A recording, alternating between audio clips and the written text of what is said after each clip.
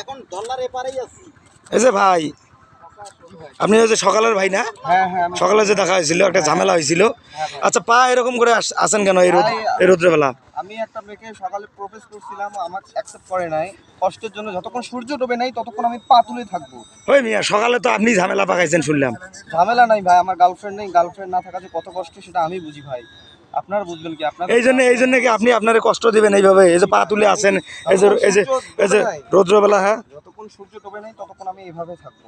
এটা কি সম্ভব? এটা কি সম্ভব? ডুববে না ততক্ষণ আমি থাকবো স্যার। সম্ভব না। গার্লফ্রেন্ড নাই তাতে কি আসে যায়? আপনি পা এরকম করে আসেন কেন? আমি থাকবো এরকম করে ভাই। এটা কি ঠিক? এটা কি ঠিক? আদৌ জি ঠিক? ভাই, ওটা ঠিক ভাই। আমি তো মনে করি এটা ঠিক না। সকালে একটা ঝামেলা পাকাইছেন, লাস্টে ক্যামেরাম্যান ওই মেঘ নিয়ে ভাগে গেল। ভাই যেটা ভাবুন না ভাই, আমার খুব কষ্ট ভাই। আমার কষ্ট আমি কাকে শেয়ার করবো ভাই, বলেন দেখি? যতক্ষণ সূর্য ডোবে নাই ততক্ষণ আমি কিন্তু তা আপনি আপনার বাসায় আপনার বাসায় ইয়ে